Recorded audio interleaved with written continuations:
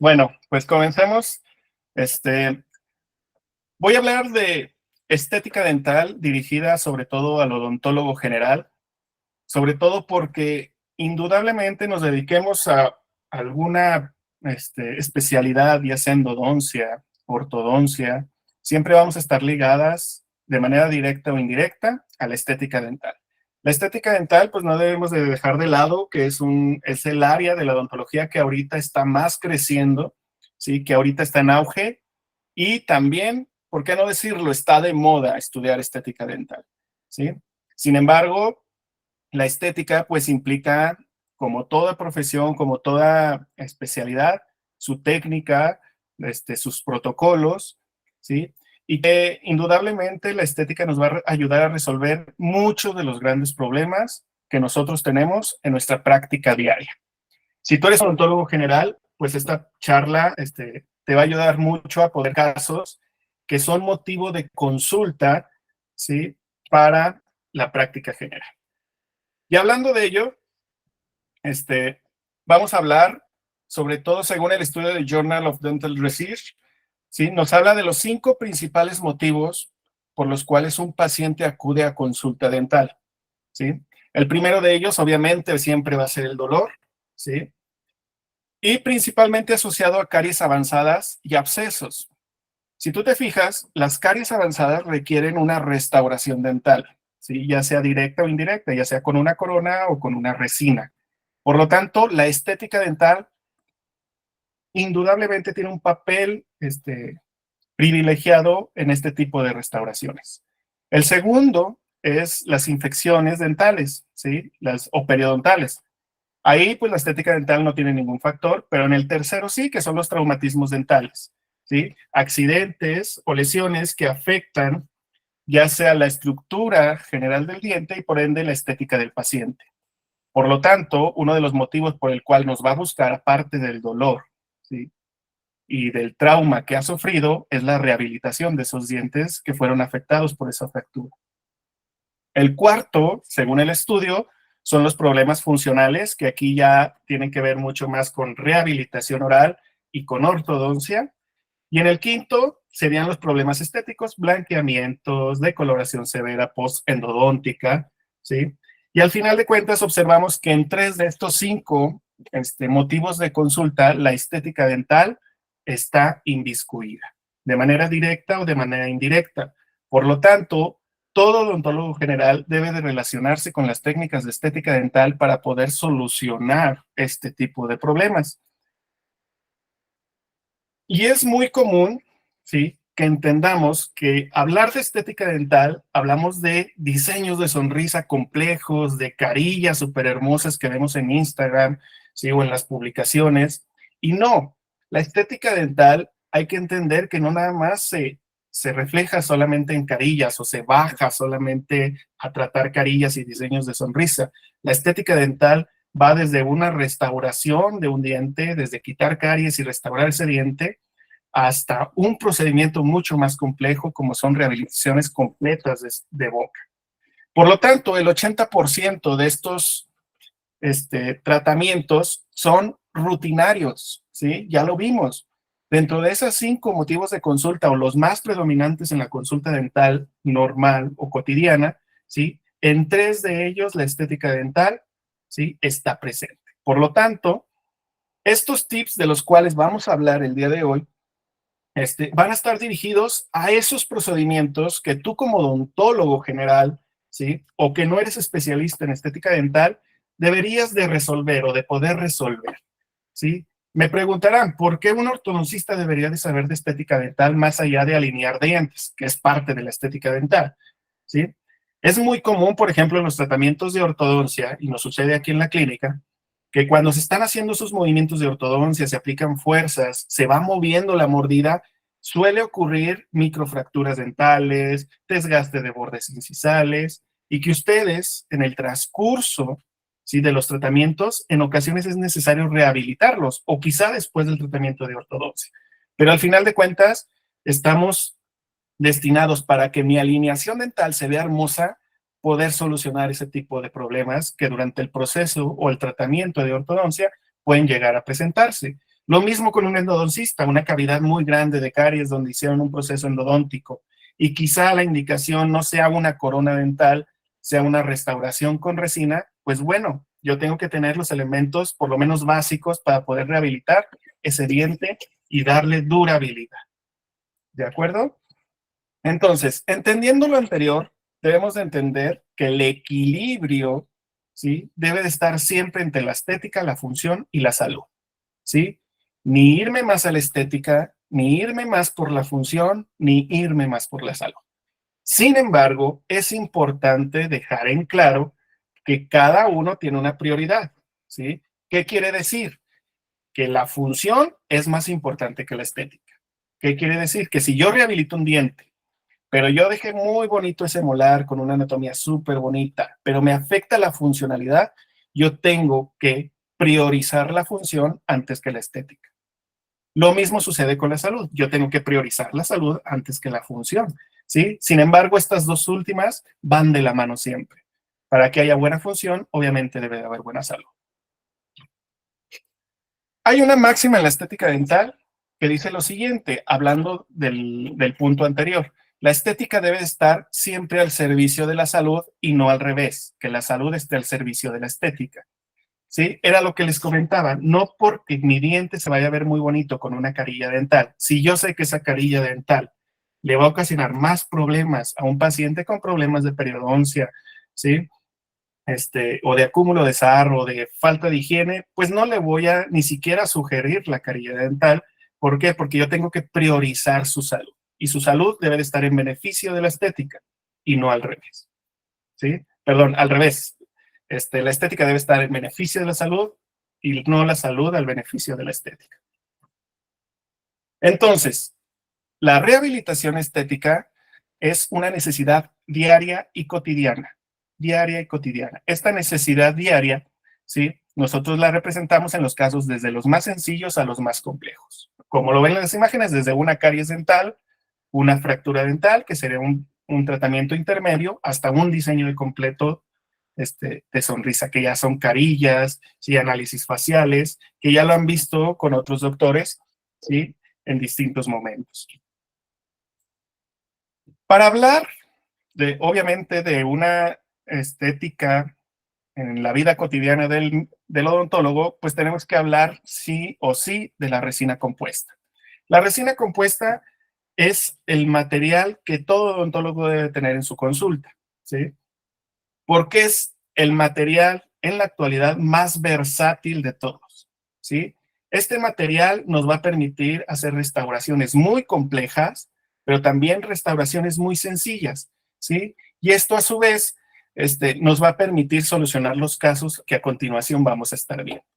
¿Qué es lo que debo de saber de la resina compuesta? ¿Sí? Para no meternos a temas tan técnicos, ¿sí? Primero, ¿qué es el material más utilizado para restauraciones estéticas? ¿Sí? Y es el que más imita la apariencia del diente natural. Y obviamente la importancia de este compuesto, de esta resina compuesta, radica en su versatilidad, ¿sí? Y obviamente de su estética. Si es tratada de manera adecuada, vamos a tener resultados estéticos muy buenos y sobre todo de larga duración, ¿sí?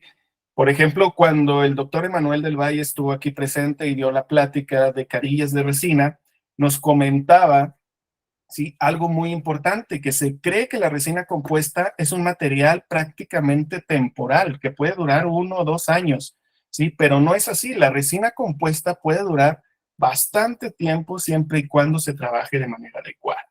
Ahora, debemos entender que la resina compuesta es un material difícil de manejar. No es tan sencillo, ¿sí? No es tan sencillo darle ese aspecto estético, natural, versátil y sobre todo durable en boca, ¿sí? No hay que olvidar que nosotros trabajamos en un espacio donde regularmente está húmedo, ¿sí? Es un espacio pequeño, ¿sí? Nosotros tenemos que diseñar con nuestra propia mano y pulso muchas de las ocasiones, restauraciones, ¿sí? Entonces, tiene su complejidad, obviamente. ¿Qué beneficios voy a obtener de esta resina compuesta? Bueno, que es un material con una estética superior, ¿sí? Que es nos permite conservar la estructura dental, ¿sí? Actualmente la mayoría de las carillas de resina compuesta nos permiten trabajar sin hacer desgastes, ¿sí? La versatilidad, bueno, que se usa tanto en dientes posteriores como en dientes anteriores, ¿sí? La reparabilidad, ¿qué quiere decir? Que si un diente se fractura, una carilla se fractura, un molar se fractura, yo puedo repararlo sin necesidad incluso de retirar el material anterior, ¿de acuerdo? La biocompatibilidad, pues que ya es parte de su composición química, ¿sí? Y el tiempo de fotoactivación rápido, es decir, el endurecimiento, ¿sí? Y que el paciente, una vez saliendo del consultorio, puede usar sus dientes sin ningún problema. Las desventajas, pues obviamente que podemos aumentar el riesgo de sensibilidad postoperatoria siempre y cuando no se siga un tratamiento de adhesión adecuado. Que la durabilidad es menor, bueno, aquí ya lo pusimos, ya mencionamos que en realidad no es así, ¿sí? El tiempo de procedimiento en ocasiones es corto y en ocasiones requiere su tiempo, ¿sí? Todo va a depender de la complejidad de cada caso. Obviamente, una desventaja es que las nuevas resinas o las resinas de alta estética, pues están elevando sus costos, es decir, las resinas nuevas que están saliendo y que nos permiten darle una estética, pues mayor o top, ya están costando más allá de los 2,000, 3,000, incluso hasta 4,000 pesos. ¿Sí? Obviamente, si no se recibe un buen pulido, pues está más propenso a oscurecerse o a tener manchas durante el proceso que está en boca, ¿sí? La contracción a la activación, obviamente, y al tiempo, porque no nada más el material se contrae cuando se fotopolimeriza, sino que a lo largo del tiempo está sufriendo constantemente una contracción y esto al final de cuentas va a afectar tanto en la estética como en la funcionalidad de la misma resina compuesta. Y obviamente pues requiere técnicas precisas, tanto de aplicación como de pulido, ¿sí? Obviamente si tenemos estas técnicas y este protocolo de pulido adecuado, vamos a obtener un beneficio estético incluso igual que una porcelana. Yo he visto casos, ¿sí? Donde comparan resina, ¿sí? Y porcelana, y obviamente la resina puede llegar a tener unos beneficios estéticos igual o mejor que la porcelana, me atrevería a decir. Entonces, ¿qué resina debo usar? Aquí empezamos con las recomendaciones, que es a lo que nos vamos a dedicar en esta charla. ¿Cuáles son las resinas que yo recomiendo utilizar en rehabilitaciones que tienen un sentido estético? Yo les recomendaría tres principalmente, ¿sí? Que es la de 3M, la Z350, la Palfique, que es de Tokuyama, ¿sí? Y la Empress Direct, que es de Ivoclar, ¿sí? Tienes esas tres alternativas, incluso las pueden trabajar conjuntamente y van a tener resultados adecuados. Bueno, ¿qué beneficios yo veo en cada una de estas? Bueno, la Empress Direct, a mí el resultado estético es muy mayor, ¿sí? Nos permite tener un camuflajeo, una mimética del material con el diente de manera adecuada. Sin embargo, lo único que yo vería un poquito en contra es que el pulido, cuando se hace un protocolo de pulido, el abrillantado no es tan durable. Es decir, se le tiene que dar un mantenimiento constante. ¿Para qué? Para que el abrillantado esté continuo. Sin embargo, es muy superior. Por eso les recomiendo. La Palfique, que es de Tokuyama, ahí prácticamente tiene las mismas propiedades que la Empress Direct, pero su capacidad de brillo es mucho mayor, ¿sí? Si ustedes pudieran ver una resina Palfique, podrían observar que es como arenosa, ¿sí? Este arenado nos va a permitir que a la hora del pulido nos dé un abrillantado supremo, es decir, muy, muy bonito, ¿sí? Por lo tanto, si ustedes me preguntan cuál tiene el mejor abrillantado de las tres, yo les diría que la Palfique de Tokuyama es la que tiene un abrillantado mucho mayor. Y la 3M, a mí lo que me permite la 3M y de la cual a mí me encanta es la capacidad de manejo, ¿sí? A la hora de aplicarla. Yo la 3M en ese aspecto es mucho mejor. Y sobre todo en sus tonos translúcidos, tiene unos tonos translúcidos muy bonitos, ¿sí? Que nos permite ese manejo. Aparte, la dureza, he tenido menos fracturas con 3M Z350 que con la de Tokuyama, por ejemplo. Entonces, elegir la resina adecuada también es un tema que nos puede durar aquí como media hora hablando prácticamente de qué consideraciones debemos de tomar, pero sin embargo no es el tema que nos atañe ahorita. Son mis recomendaciones, ¿sí? Hay otras muy buenas resinas en el mercado, ¿sí? Pero en base a mi criterio clínico y a lo que yo trabajo constantemente en estética dental, estas tres son las que yo les podría recomendar. Ahora, es importante también tener los instrumentos adecuados, ¿sí? Hablamos, obviamente, y reitero, esta es una plática dirigida al odontólogo en general, ¿sí? No me estoy dedicando exclusivamente a los que se dedican a estética. Entonces, el odontólogo, ¿sí? Ya sea ortodoncista, endodoncista, odontólogo general, debería de tener estas herramientas por lo menos. Es decir, un kit de aplicadores de resina, ¿sí? Un kit también de espátulas para anatomía dental, pinceles, ya sea de hule, ¿sí? O lepero de Marta, les dicen. Una muy buena lámpara de fotocurado, ¿sí? Otros aditamentos como cuñas, ¿sí? Pulidores, tiras de celuloide, ¿sí? Y por ende, y por último, ¿sí? Técnica, es decir, práctica, práctica, práctica, ¿sí? Hay un maestro que siempre me dijo que la disciplina supera el talento. Entonces, no todos sabemos haciendo trabajos bonitos, ¿sí? Pero cuando somos disciplinados y lo hacemos constantemente, ¿sí? Así sea, estemos frente al doctor más talentoso, si yo soy disciplinado, algún día lo voy a superar. Entonces, eso es muy importante, ¿sí? La técnica solamente se hace con la práctica, ¿sí? Y esos son los instrumentos que ustedes deben de tener en su consultorio para poder resolver problemas estéticos como los que vamos a ver.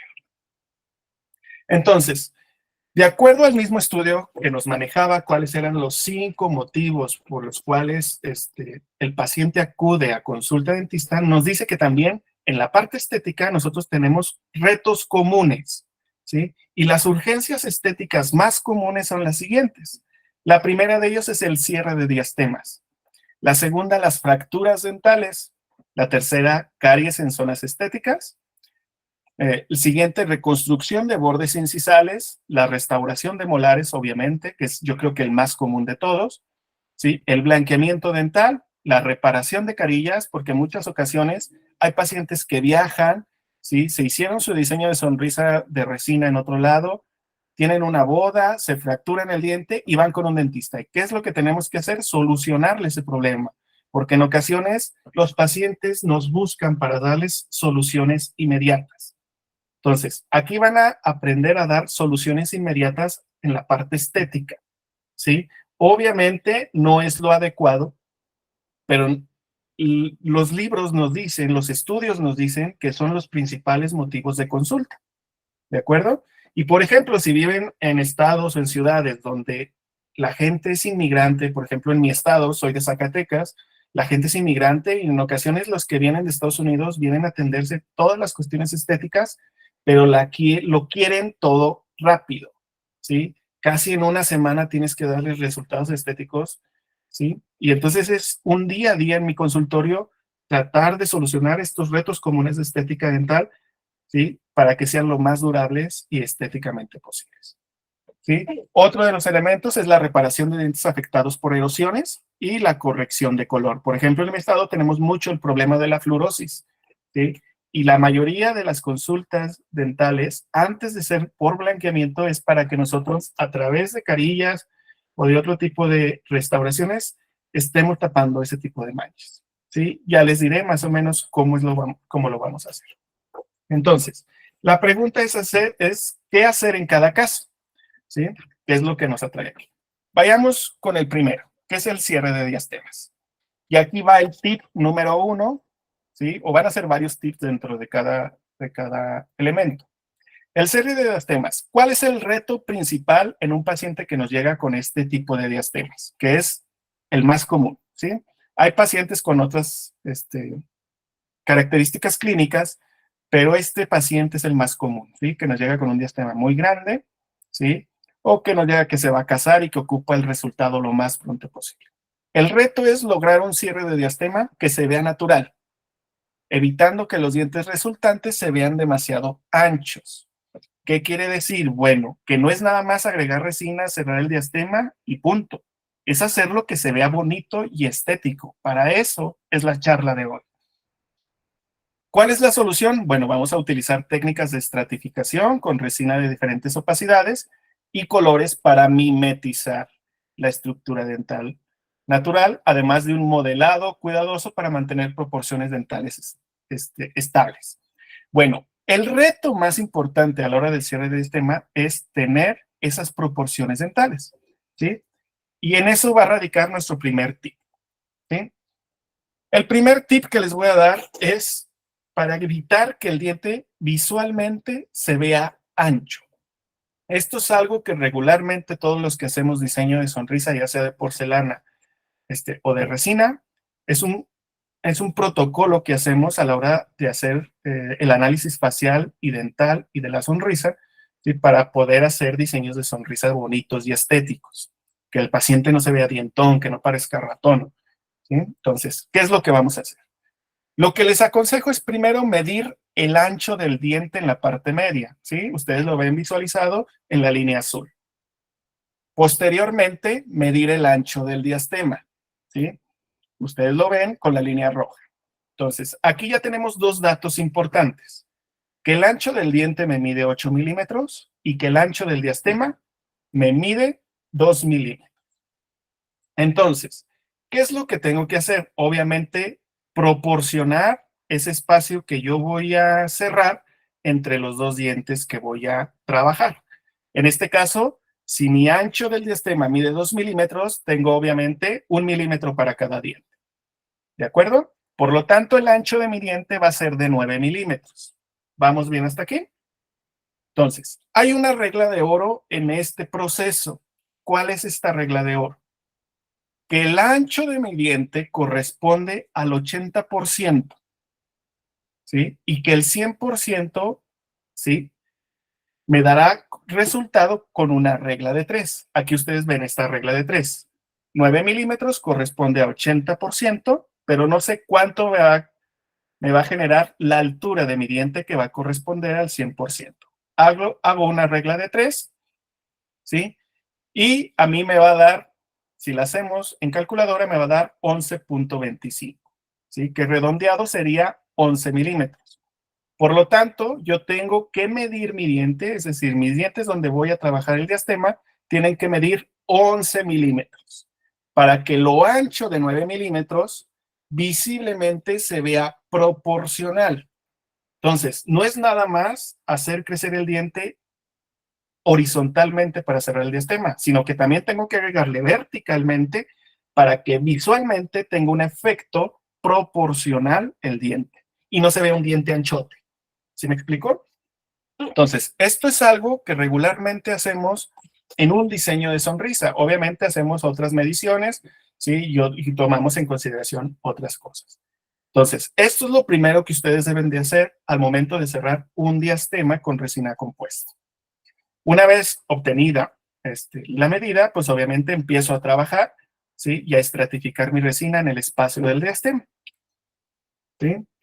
¿Qué es lo que les aconsejo? Bueno, les aconsejo que siempre que vayan a trabajar el sector anterior, sobre todo en arcada superior, lo hagan con un aislamiento modificado como el que están viendo en el video, ¿sí? Se colocan 3 puntos, es decir, los 2 primeros puntos corresponden a los primeros molares y un punto correspondería a la zona del diastema. Entonces, coloco mis grapas, corto lo que viene siendo el dique, uno los puntos donde hice las perforaciones y simplemente aíslo. Esto me va a permitir tener una mayor visibilidad. Y esto lo recomiendo, este tipo de aislamiento modificado, cuando trabajamos en arcadas que requieren mimetización dental. Cuando yo voy a trabajar, por ejemplo, un diseño de sonrisa, pues regularmente puedo aislar diente por diente porque al final de cuentas voy a corregir tanto la anatomía como el color y la forma del diente. No necesito tener como un referente. Pero en esta ocasión, como yo necesito trabajar sobre la estructura natural del diente, sobre el color y la forma, necesito tener visión completa de lo que estoy trabajando. Entonces les recomiendo hacerlo a través de este proceso, que es un aislamiento modificado. Entonces, es muy importante que cuando trabajen diastemas, traten de siempre trabajar en las dos caras, tanto en la palatina como en la parte frontal. Obviamente la que nos interesa es la parte frontal, cómo se ve, etcétera, pero la parte olvidada en este tipo de restauraciones es la parte posterior, y ustedes lo pueden ver aquí. Aquí hay un cierre de diastemas con resina compuesta, pero imagínense, acá se puede retener mucho alimento, ¿sí? Mucho alimento, y eso, en vez de ayudarle, le va a perjudicar. A continuación, miren, este es un caso que yo tuve prácticamente hace 3 semanas, ¿sí? Y nos llegó esta paciente así, ¿sí? Paciente, como les comento, de Estados Unidos, que quiere un resultado prácticamente en 2 días, ¿sí? Y porque ya se ocupa regresar a Estados Unidos. Regularmente esos pacientes vienen cuando ya se van ahí. Entonces ya estamos acostumbrados a recibir este tipo de pacientes. Entonces, ¿qué es lo que hacemos aquí? Tomamos nuestras mediciones, el ancho del diastema, ¿sí? Pero aquí teníamos una ventaja, íbamos a trabajar un diseño completo, ¿sí? A lo cual la paciente aceptó y obtuvimos el siguiente resultado. Obviamente ustedes ven que hay una pequeña lesión entre los dientes, pero es porque se hizo un procedimiento quirúrgico, ¿sí? Que se hizo una frenulectomía para eliminar el frenillo en esa zona. ¿Sí? Si ustedes se fijan, cómo la resina, no se ve la unión de la resina, ¿sí? No se ve solamente el cierre del diastema, sino un trabajo completo, ¿sí? Y aquí lo podemos ver en el próximo video, ¿sí? Así es como llegó la paciente. Incluso el diente, el 11, estaba todo exprimido,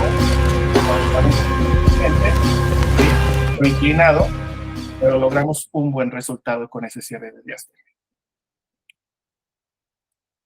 Ahora, una pregunta para poder continuar. ¿Es verdadero o falso, sí, la siguiente afirmación, que la dentina es más opaca en el tercio cervical?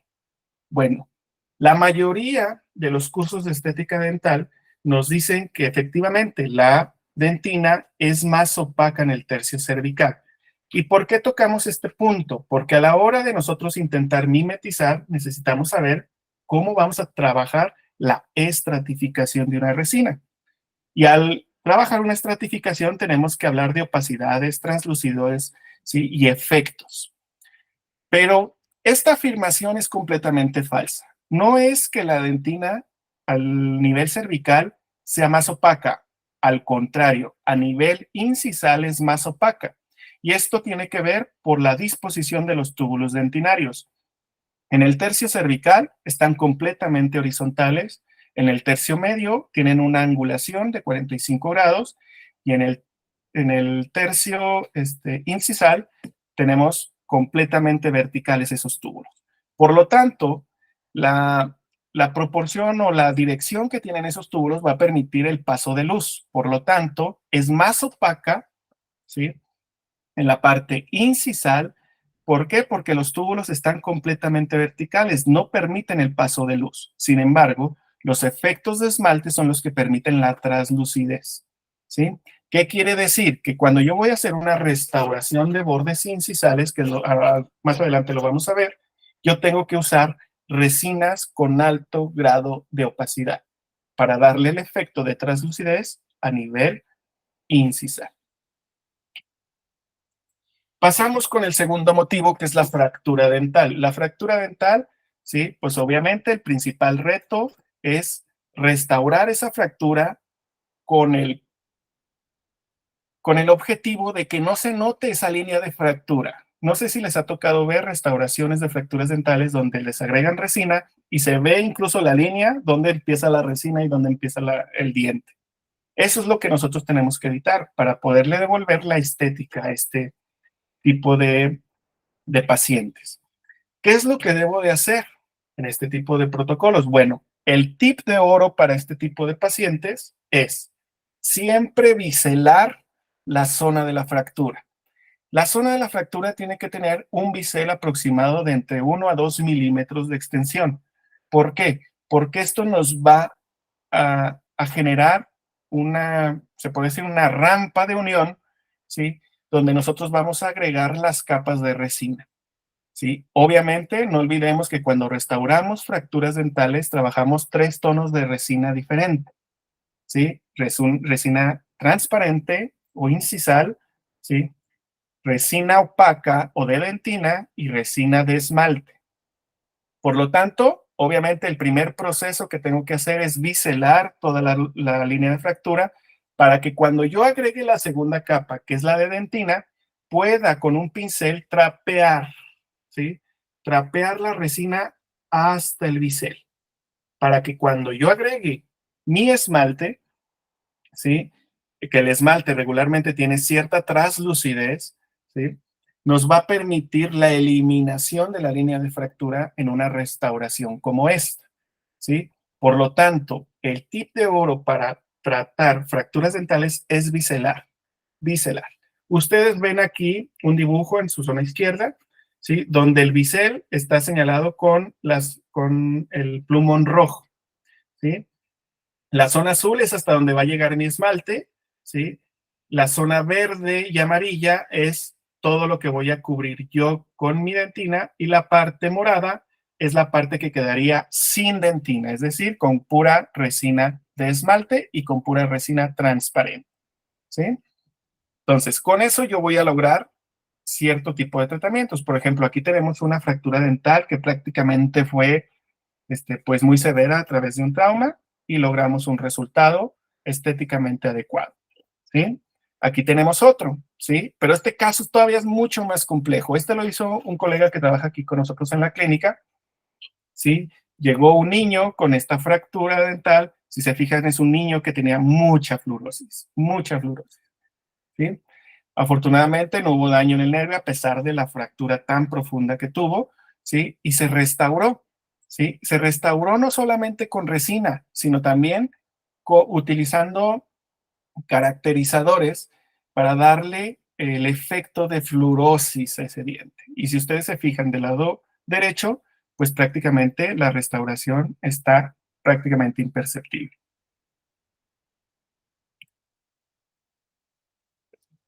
No sé si tengan alguna duda hasta aquí, hasta el momento.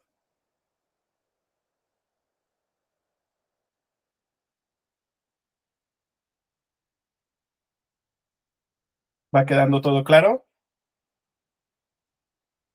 Sí, Doc, todo claro. Perfecto. Muy bien, continuamos entonces. Otra pregunta, ¿verdadero o falso? ¿Siempre debemos preparar la superficie al usar resina compuesta? De cierta forma, esto es verdadero. Deberíamos de preparar, ¿sí? No quiere decir que vamos a hacer desgastes, ¿eh? Porque es muy diferente. Regularmente asociamos preparar con desgastar. Preparar el diente puede ser desde un arenado, ¿sí? Del diente hasta un biselado, como lo acabamos de ver en una fractura. Entonces, cada que trabaja en una resina compuesta, el diente siempre se tiene que preparar. Lo hacemos desde que quitamos caries, preparamos una cavidad especialmente para recibir la resina compuesta. Entonces, esto es verdadero. Los dientes siempre tienen, o la superficie la tenemos que preparar antes de recibir la resina compuesta, ¿sí? Y es lo que, por ejemplo, vemos aquí. ¿Sí? Vamos a hacer una reconstrucción de bordes incisales, pero vemos un biselado casi hasta la mitad del diente, ¿sí? Esto me va a permitir que la transición resina-diente sea más sutil y eliminemos esa línea de fractura, ¿sí? Como lo vimos en los casos anteriores. Tip número 3 o consecuencia número 3 por el cual los pacientes asisten a consulta por algún tratamiento estético, que es las caries en las zonas estéticas, ¿sí? El reto, obviamente, en este tipo de procesos es eliminar las caries y restaurar los dientes sin afectar la apariencia estética de la sonrisa del paciente. Obviamente, esto lo vamos a hacer siempre y cuando no tenga otros procedimientos como endodoncia o etcétera, ¿sí? Pero pensando en que en el mejor de los casos, es decir, que son caries que no llegan a nervio, que no tienen ningún riesgo postoperatorio de que puedan generar infecciones o cualquier otro tipo de problema, ¿sí? Pues vamos a restaurar este tipo de dientes, ¿sí? La solución, pues obviamente siempre va a ser el usar la resina de manera estratificada, ¿sí? Entonces, es importante en este tipo de rehabilitaciones con caries muy severas, ¿sí? Tener un diagnóstico preciso. Esto lo vamos a hacer con radiografías, ¿sí? Aislamiento. Regularmente yo les recomiendo siempre, siempre que vayan a hacer trabajos de mimetización, que lo hagan con la técnica de aislamiento que ya les mostré en el video, que sí, que es el aislamiento modificado. ¿De acuerdo? Eliminar de manera conservadora la caries y un protocolo adhesivo adecuado. Yo creo que el principal reto que ustedes deben de tener en este tipo de caries, aparte de hacer que el diente se vea sin esas líneas de unión, es el protocolo adhesivo, ¿sí? Un tip dice, si el aislamiento dental es algo en lo que aún no somos muy buenos, les recomiendo utilizar el aislamiento modificado, que es el que ya vimos en el video, ¿sí? Y obviamente siempre tener como principio el mimetismo dental, ¿sí? Es decir, que el diente o que la restauración, perdón, se parezca lo más al diente natural y en las condiciones en las que llega el paciente. Ya lo vimos en el caso anterior, ¿sí?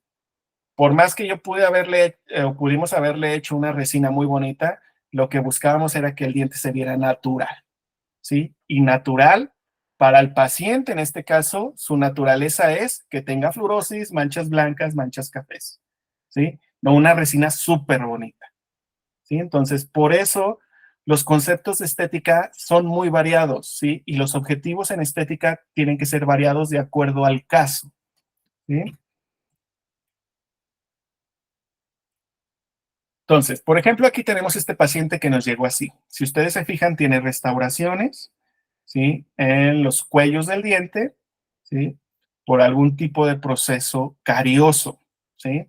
Entonces, pero si se fijan, se ve la unión, se ven bordes en esas resinas y el paciente no estaba tan contento.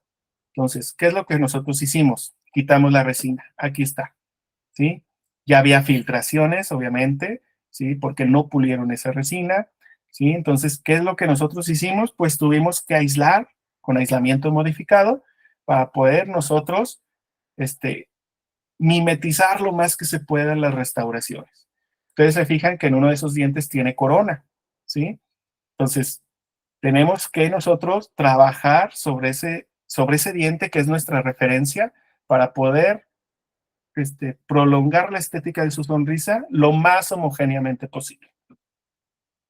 Después, el doctor que se encargó de este caso empezó a trabajar, ¿sí? Ustedes ven ahí en los espacios interdentales un poco de polvo porque obviamente no está el pulido terminado, ¿sí?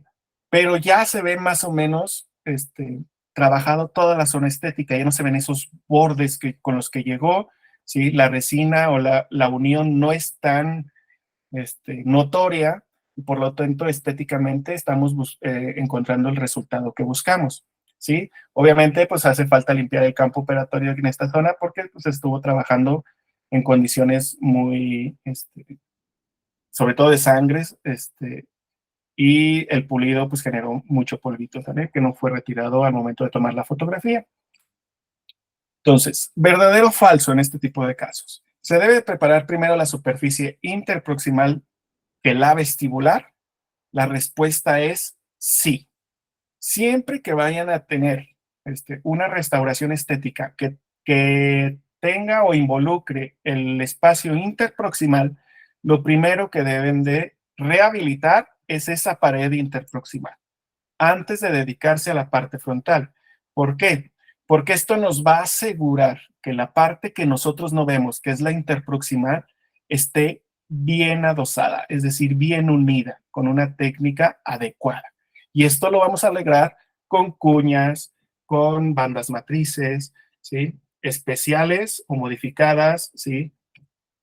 Como estas, que son bandas matrices especiales para dientes anteriores. Entonces, ¿qué es lo que se hace aquí? Se coloca la banda matriz, colocamos una cuña para que a la banda matriz se adhiera adecuadamente a la zona que nosotros vamos a rehabilitar y siga el eje, ¿sí? De los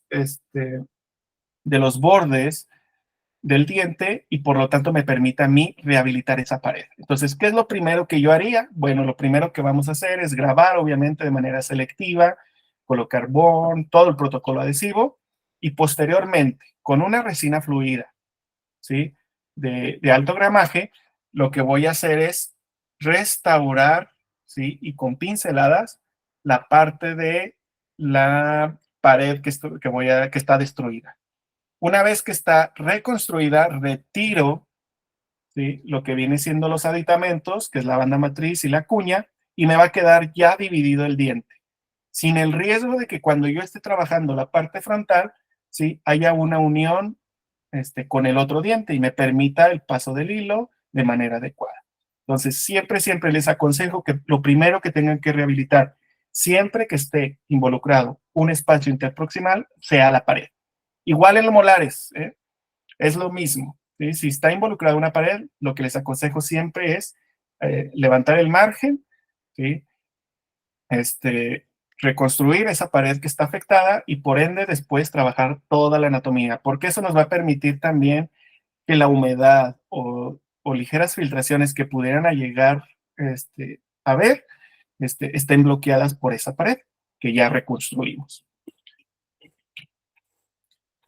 Pasamos al cuarto momento, que es reconstrucción de bordes incisales, algo muy común, sobre todo porque el bruxismo es una de las tendencias patológicas más importantes del siglo XXI, ¿sí? Y que obviamente su principal etiología está en el estrés. Sin embargo, ya se está desmitificando ese proceso. ¿Por qué? Porque los que se encargan de la oclusión nos están diciendo que el bruxismo está originado por la pérdida de la dimensión vertical de los dientes. Por lo tanto, la dimensión vertical juega un papel muy importante en el tratamiento del bruxismo. ¿Qué quiere decir? Que en pacientes bruxistas como el del lado izquierdo, ¿sí? Yo tengo que devolverle su dimensión vertical antes o para poder rehabilitar, ¿sí? El proceso de bruxismo. Entonces, el reto, obviamente, de reconstruir estos bordes incisales es ese, las patologías que están ocasionando el desgaste dental. Obviamente, hay protocolos. Si el desgaste dental está dado por una maloclusión, lo primero que tengo que hacer es pasarlo al ortodoncista que le acomode la mordida en clase 1 y posteriormente yo rehabilitar. ¿Sí? Pero si el desgaste es fisiológico, yo tengo que devolverle la dimensión vertical lo antes posible, desde canino a canino. ¿Para qué? Para que la disoclusión de las lateralidades se esté dando y por lo tanto no haya mayor desgaste de los dientes.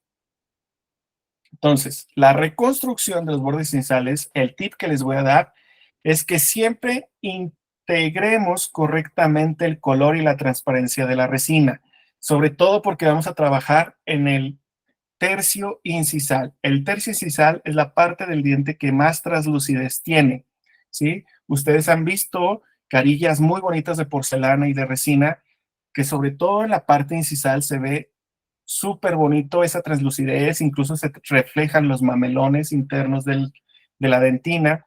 Entonces, esa parte es la más difícil de trabajar en una reconstrucción de bordes incisales.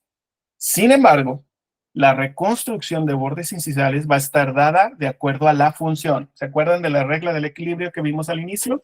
Entonces, si la función de la boca va a depender de esos bordes incisales, yo tengo que priorizar la función. ¿Sí? Entonces, si yo reconstruyo esos bordes incisales y al final de cuentas van a provocar un contacto prematuro, entonces yo tengo que hacer esos bordes incisales más pequeños y tal vez sin tanto efecto, ¿sí? Tanto efecto, como es el caso de este paciente, ¿sí? Obviamente lo que buscamos y el principio de las restauraciones, ¿sí? Que estamos nosotros viendo va a ser el mimetismo dental, porque no vamos a trabajar arcadas completas, ¿sí? Estamos trabajando urgencias de un consultorio dental común, ¿sí? Entonces, puede llegar un diente que abrió la cerveza con el diente y se le tronó. Entonces, lo que busca es que le restauren rápido ese diente. ¿Por qué? Porque tiene una fiesta, ¿sí?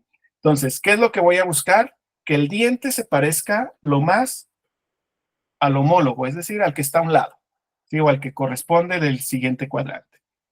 Entonces, voy a hacer una restauración lo más parecida posible, ¿sí? Siguiendo los mismos protocolos de las fracturas dentales que ya vimos anteriormente. Por lo tanto, la reconstrucción de bordes incisales va a requerir un biselado, ¿sí? De esa fractura o de ese desgaste.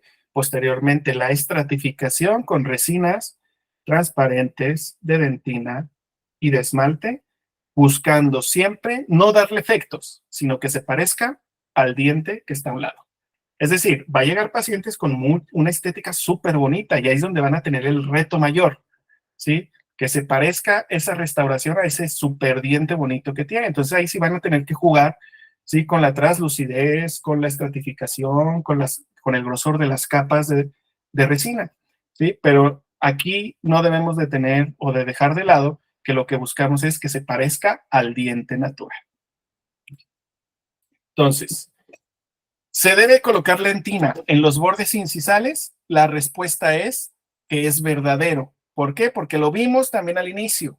La dentina más opaca está en el borde incisal, por lo tanto necesitamos agregar una dentina o una resina con alto valor de opacidad para que si yo voy a jugar con la translucidez, ¿sí? Me permita darle esos efectos en una restauración de alta estética, por ejemplo. En este caso, en el ejemplo que acabamos de ver, no es necesario. Y la mayoría de los casos de urgencias dentales en un consultorio común va a ser este tipo de casos.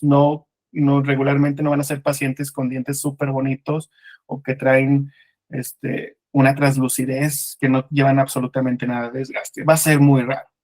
¿De acuerdo? Entonces, ¿qué es lo que tengo que hacer en los casos de este tipo de desgastes o fracturas de bordes incisales? Pues los mismos procesos de la fractura dental, ¿sí? En color azul vemos el límite de la fractura, en color rojo es hasta dónde debe de llegar mi biselado y el color amarillo hasta dónde debe de llegar mi última capa de dentina, que en este caso sería de esmalte. ¿De acuerdo? Entonces, yo siempre para reconstruir una pequeña fractura como esta, yo tengo que extenderme para eliminar el principal reto de este tipo de restauraciones, que es eliminar el efecto visual de la línea de unión. Entonces, yo me tengo que extender, ¿sí? Extender, extender, extender. ¿De acuerdo?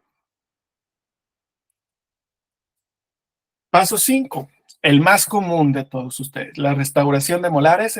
Aquí nos vamos a ir un poquito más rápido porque ya yo creo que todos estamos muy trabajados en esta área, ¿sí? Entonces, ¿cuál es el principal reto de una restauración de molares? Pues obviamente que la restauración soporte las fuerzas de masticación, ¿sí? Y que nos permita no solamente una restauración bonita, sino funcional. ¿De acuerdo? Entonces, el tip de oro va a ser siempre, siempre, siempre el proceso de adhesión, ¿sí? Les comparto más o menos el proceso de adhesión que me ayudó a conformarlo los doctores que trabajan aquí conmigo, ¿sí? ¿Qué es lo que nosotros hacemos? Bueno, primero obviamente eliminamos la caries, ¿sí? Preparamos la cavidad. Siempre que preparamos la cavidad en la parte más superficial, ¿sí? Biselamos, ¿sí? La cavidad, biselamos. Recuerden que el bisel tiene un porqué y un para que no se vea la unión resina-diente. ¿Sí? Una vez que biselamos esa superficie, grabamos de manera selectiva, ¿sí? Es decir, grabamos únicamente el esmalte. Posteriormente, lavamos, ¿sí? Secamos y colocamos clorexidina. La clorexidina va a tener dos funciones importantes. Una es la de desinfectar y la otra es eliminar la función enzimática que es activada con el ácido grabador, ¿de acuerdo? Y eso nos va a eliminar un efecto de hipersensibilidad postoperatoria. Posteriormente, empezamos a colocar la resina en capas, como se ve en la imagen, ¿sí? En capas, fotopolimerizamos, capas, fotopolimerizamos, ¿sí? Es muy importante que ustedes, sobre todo en estética dental o en odontología restauradora, inviertan mucho en una lámpara de alta gama, ¿sí? Porque muchos de los fracasos de este tipo de restauraciones están dadas por el fotopolimerizado, ¿sí? Entonces, pues obviamente ahorita la mejor del mercado es Valo, ¿sí? Pero hay otras que son de menor costo, que tienen también una buena calidad, que le pueden dar tal vez no los mismos resultados que una Valo, pero que se pueden acercar mucho al nivel de calidad que tiene este tipo de lámpara. Entonces es muy importante que analicen qué tipo de lámpara van a comprar o tienen en su consultorio. Si ustedes son de los doctores que hacen una restauración y a los 2 días ya se le cayó, se le tronó, entonces piensen que no, el error no está en ustedes, más bien puede estar o en el proceso de adhesión o en la fotopolimerización. Entonces, es algo muy importante el acondicionamiento del diente. Aquí ustedes van a ver 2 videos. Bueno, primero se los explico. En el video de la izquierda hacemos la colocación del adhesivo, ¿sí? El adhesivo lo hacemos sin colocar aire. El aire tiene una función importante, ¿sí? Que es adelgazar la capa del adhesivo. Y el adelgazar la capa del adhesivo en restauraciones, ¿sí? Sobre todo grandes como la que ustedes ven en la imagen, requiere una capa muy delgada para que la resina se pueda adherir de manera eficiente, porque si es una capa muy gruesa, se va a caer. Sí, se va a caer. ¿Por qué? Porque el grosor de esa capa de adhesivo va a debilitar el proceso de adhesión de la resina, que es la que nos interesa que se adhiera. ¿Sí? Nosotros hicimos un experimento, ¿sí? Y ustedes van a ver los resultados en el video. Una donde aplicamos aire y otra donde no aplicamos aire. Y se van a dar cuenta que donde no aplicamos aire, van a ver que al raspar, el adhesivo automáticamente se viene como si nada. Y eso que nosotros colocamos el mismo adhesivo, ¿sí? Fotopolimerizamos el mismo tiempo y con la misma lámpara. El lado izquierdo es sin aire y el lado derecho es con aire.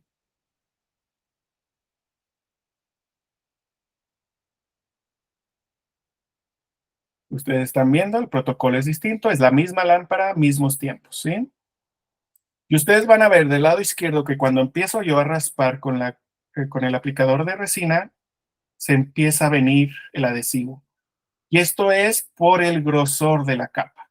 Y en el lado derecho, por más que raspé con la misma fuerza, el adhesivo se mantuvo, ¿sí? Este también es uno de los factores por los cuales las restauraciones en molares fracasa, ¿sí? Entonces, ¿verdadero o falso? ¿Debemos agregar el uso de clorexidina dentro del protocolo de adhesivo? Sí. Esto es para eliminar, ¿sí? Una posible sensibilidad postoperatoria, y esto es por las funciones proteolíticas que va a tener en las enzimas que se activan con el ácido grabador. Después pasamos al blanqueamiento, ¿sí? El blanqueamiento, pues en realidad es un tratamiento muy común, ¿sí? Que casi todos los odontólogos aplicamos, ¿sí? Pero que hay diferentes formas de aplicarlo, ¿sí? Yo creo que lo más importante en la aplicación de un blanqueamiento es el protocolo del blanqueamiento. Por ejemplo, en mi estado, que es donde sufrimos mucho de fluorosis o de pacientes con manchas muy café, muy amarillas, que buscan blanqueamientos dentales para mejorar el aspecto estético de su sonrisa, pues lo primero que tenemos que hacer son desmanchados dentales, microabrasiones y posteriormente la colocación de un blanqueamiento dental. En ocasiones hay que hacer blanqueamientos selectivos, que ese es el principal tip que yo les vengo a dar. El blanqueamiento no tiene que ser siempre con la misma técnica de aplicar, esperar, ¿sí? Y simplemente ver el resultado. Por ejemplo, este paciente venía con unas ligeras manchas blanquecinas, pero a él le gustaba el color natural de su diente. Esas manchas blancas las quería desaparecer. Entonces, ¿qué era lo que teníamos que hacer? Pues obviamente hacer una microabrasión en esa zona, ¿sí? Posteriormente colocar el blanqueamiento, pero de manera selectiva, es decir, en las zonas fuera del aro azul, es decir, lejos de la mancha, lo que va a provocar la homogenización del color, ¿sí? Y por ende la naturalidad de ese tipo de blanqueamientos. Obviamente es un blanqueamiento muy controlado, ¿sí? Que lo estamos haciendo en tiempos de exposición muy cortos, para poder obtener el resultado natural posible. ¿Verdadero o falso que el blanqueamiento dental es suficiente para eliminar las manchas dentales? Pues bueno, ya les dije que no, ¿sí? Muchas de las ocasiones ocupamos de otras técnicas para poder eliminar las manchas dentales. Regularmente hay dos motivos por los cuales un paciente busca un blanqueamiento. Una, para que ser más blancos los dientes, y el otro es para eliminar manchas de sus dientes.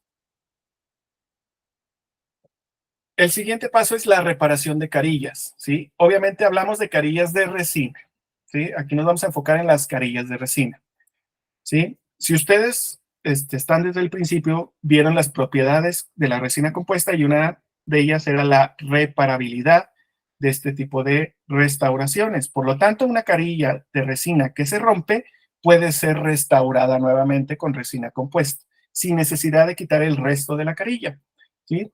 Por lo tanto, lo primero que tenemos que hacer es utilizar un sistema de grabado y adhesivo con función de sellado en bordes.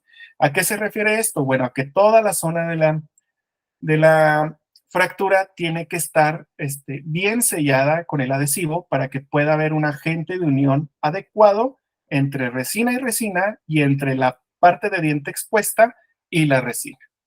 Por lo tanto, el grabado tiene que ser un grabado selectivo, ¿sí?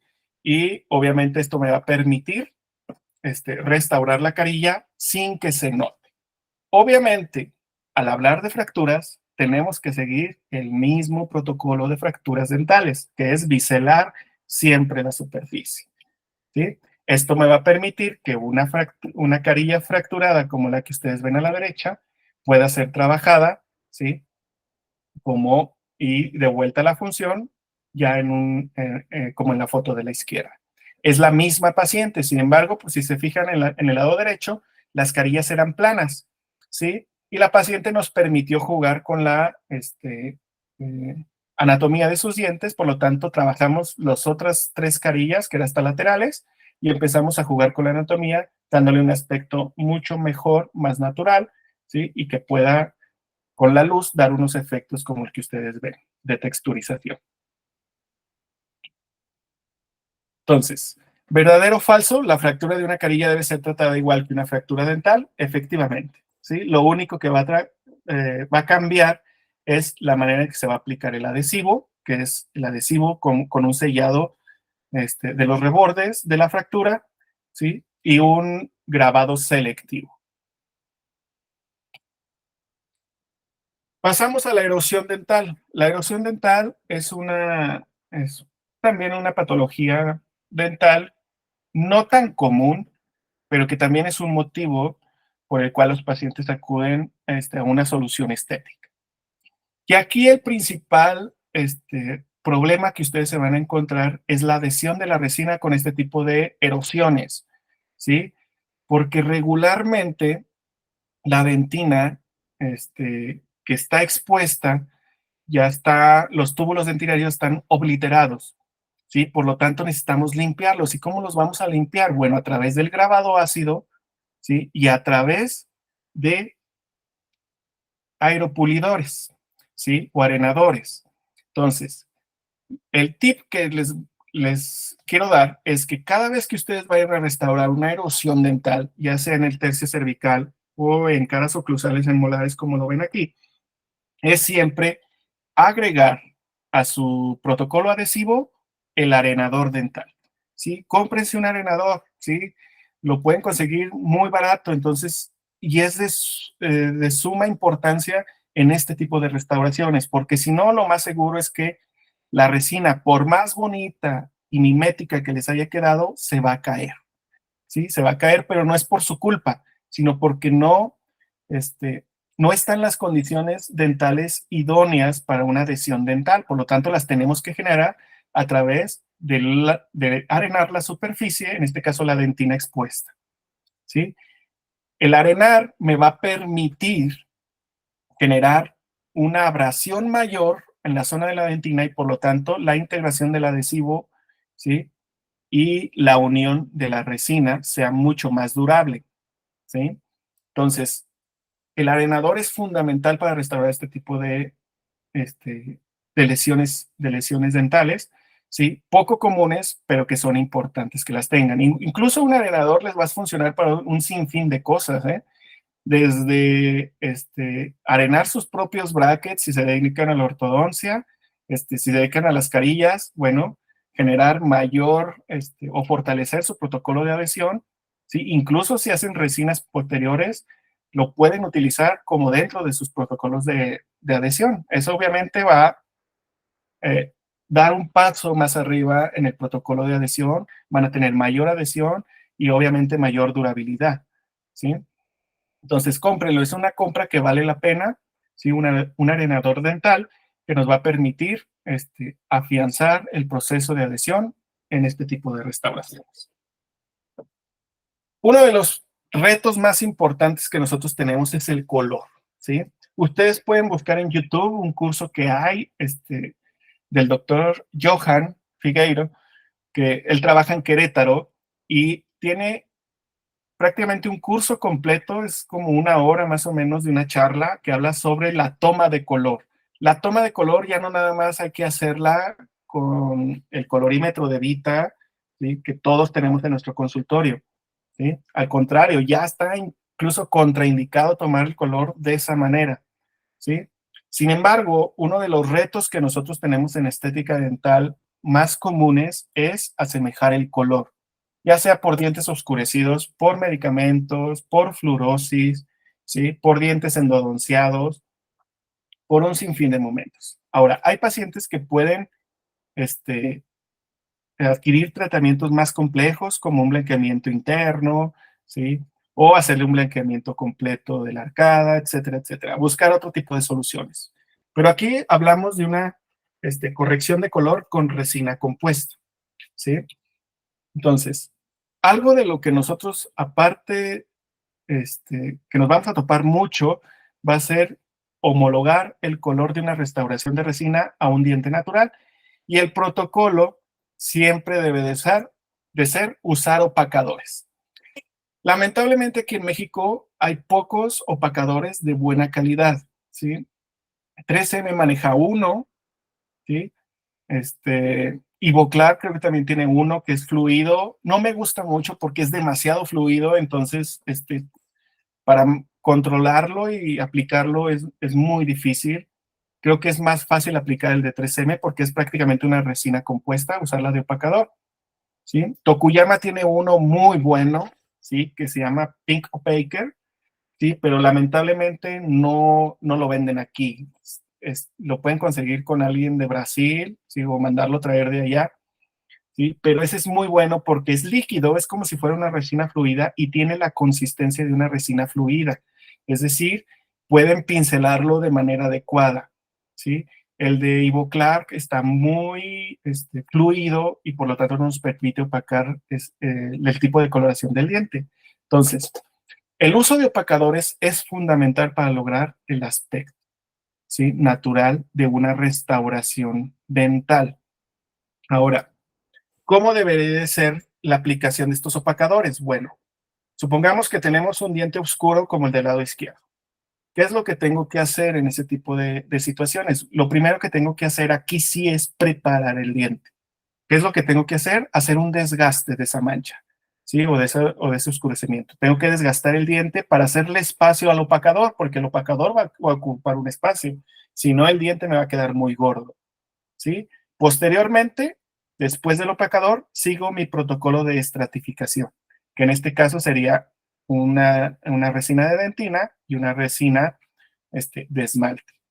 Recuerden siempre que quien da el color siempre es la dentina al diente, ¿sí? Por lo tanto, tomar el color con un colorímetro de Vita, que regularmente es para porcelana, ¿sí? Es muy subjetivo esa toma de color. ¿Por qué? Porque nos está hablando del color final, pero no nos está diciendo nada sobre el color del sustrato. Y yo tengo que saber qué tipo de color de dentina debo de trabajar para poder llegar, por ejemplo, a 1. ¿Sí? Si estoy en una 3.5 y quiero llegar a 1, tengo que manejar un color previo con el opacador y con la resina. Entonces se tienen que hacer pruebas de color. ¿sí? Hay una prueba de color que regularmente los que se dedican a la odontología mimética recomiendan, ¿sí? Que es colocar unos puntos de resina sobre el diente para ver cuál es el que les da la tonalidad mucho mayor. Recuerden siempre que la toma de color tiene que ser tomada bajo la misma luz, ¿sí? Ahora, la toma de color tiene que ser tomada sin una vista cansada, porque la vista engaña, ¿sí? Entonces, ¿qué es lo que tienen que hacer? Primero, si van a tomar color, descansar su vista, ¿sí? Y la toma de color tiene que ser en pocos segundos. ¿Por qué? Porque si ustedes tienen muchos colores de dientes alrededor de donde están tomando el color, lo único que van a provocar es un efecto visual, ¿sí? O asemejar el color porque tienen muchos referentes, ¿sí? Entonces yo tengo que descansar mi vista y hacer la toma de color prácticamente en segundos con una vista descansada. No permitir que mi vista asemeje los demás colores para darme un color alterado.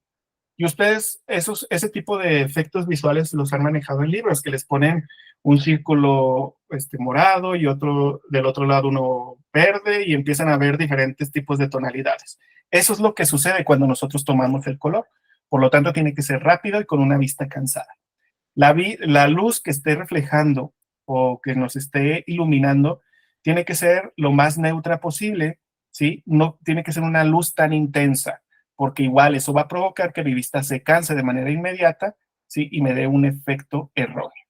Lo ideal sería hacerlo con fotografías, un protocolo fotográfico, que afortunadamente van a tener una plática más adelante de fotografía dental, ¿sí? Y pueden preguntarle cuál sería el protocolo para la toma de color. En el video que les digo que está en YouTube del doctor Johan, ahí pueden ver cómo se hace con cámara, ¿sí? Y qué elementos y qué herramientas necesitan para tomarlo con cámara. Entonces, la corrección o la toma de color es también un mundo. No es nada más como nos enseñaron en la escuela de sacar el dientito que más se parezca y ese diente es.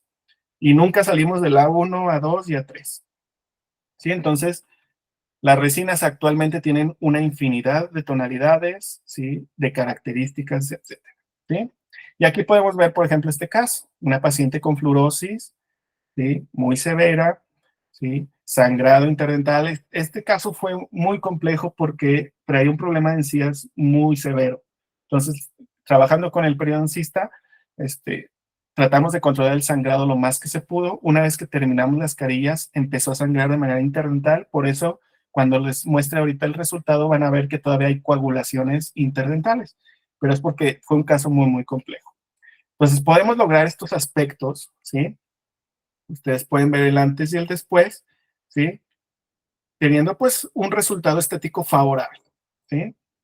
Favorable. Entonces, siempre podemos sacarle el mejor provecho a las resinas que nosotros tenemos, pero eso hay que dedicarle tiempo y práctica, ¿sí? Y yo creo que la toma de todos los tips que hemos visto y de todos los retos que nos vamos a encontrar, el color siempre va a ser la parte, yo creo que les va a sacar más canas verdes, ¿sí? Lograr el color que buscamos, que se vea un color natural, favorable para el paciente, ¿sí? Y que estéticamente potencie la estética de su paciente. ¿Sí me explico? Entonces, ¿verdadero o falso? El mejor elemento para tomar el color es el colorímetro de Vita para porcelana. Falso. Ya es más, ni siquiera lo deberían de usar, ¿sí? Mejor tomen el curso del doctor Johan para la toma de color, ¿sí? Creo que incluso tiene un manual para la toma de color y sería importante que lo tomen porque el color es fundamental para la estética dental.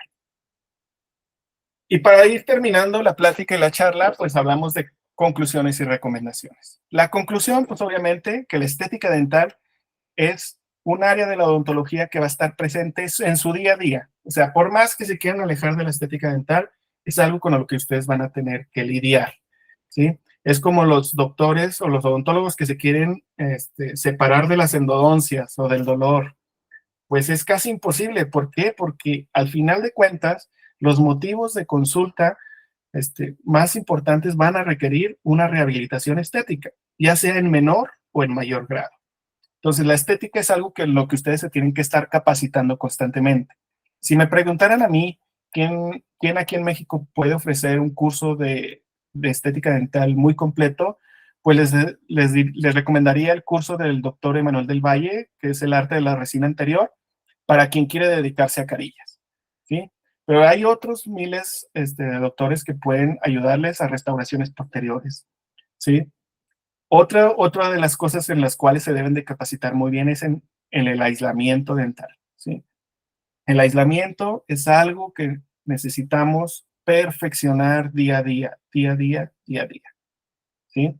Y es algo que ustedes nunca van a controlar al 100%, no siempre va a haber algo que vaya a mejorar, ¿sí? Entonces, lo que es la toma de color, el aislamiento, ¿sí? Y el manejo de la resina compuesta son cosas en las que tenemos que estar actualizados constantemente. Nos dediquemos o no a la estética dental. ¿Y qué les voy a recomendar? Bueno, que siempre en su consulta prioricen la evaluación preliminar. Eso es muy importante para determinar qué tipo de restauración van a hacer. 2, implementar la técnica de aislamiento eficiente. Sí, ya les dije yo una técnica que es la que regularmente con la que yo trabajo en dientes que requieren mimetismo dental. 3, adoptar una estratificación de restauraciones, su propio protocolo, ¿sí? Pueden hacer su propio protocolo, ensayo y error, trabajar sobre modelos, etcétera, ¿sí? El siguiente es realizar una técnica de pulido en varias etapas, ¿sí? Regularmente utilicen discos Soflex, ¿sí? En todas sus versiones, ¿sí? Discos para pulido de resinas, que son estos que tienen como hebritas al final, ¿sí? Ese tipo de discos nos ayudan mucho al abrillantado final y el uso de pastas, obviamente, abrillantadoras, ¿sí? Pero si ustedes tienen nada más los discos y tienen nada más acceso a eso, con los puros discos pueden lograr un brillo muy bueno, sin necesidad de las pastas abrillantadoras. Obviamente, escogiendo una resina de alto brillo, como la Tokuyama, que era la que les recomendaba al inicio, ¿sí?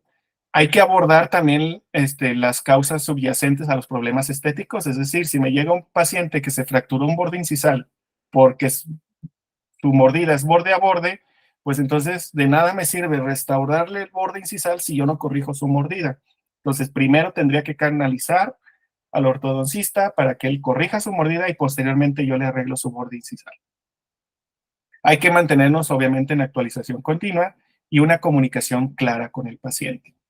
Estas son las recomendaciones que yo más les hago para su práctica cotidiana, para el odontólogo general, ¿sí? Y aquí yo les enumero un sinfín de recursos que se los voy a hacer llegar con el doctor Jorge para que se los publique ahí en el grupo que tiene y puedan acceder, ¿sí? Hay desde páginas donde pueden acceder a cursos, ¿sí? Hay algunos estudios que se han hecho en estética dental, en urgencias dentales, ¿sí?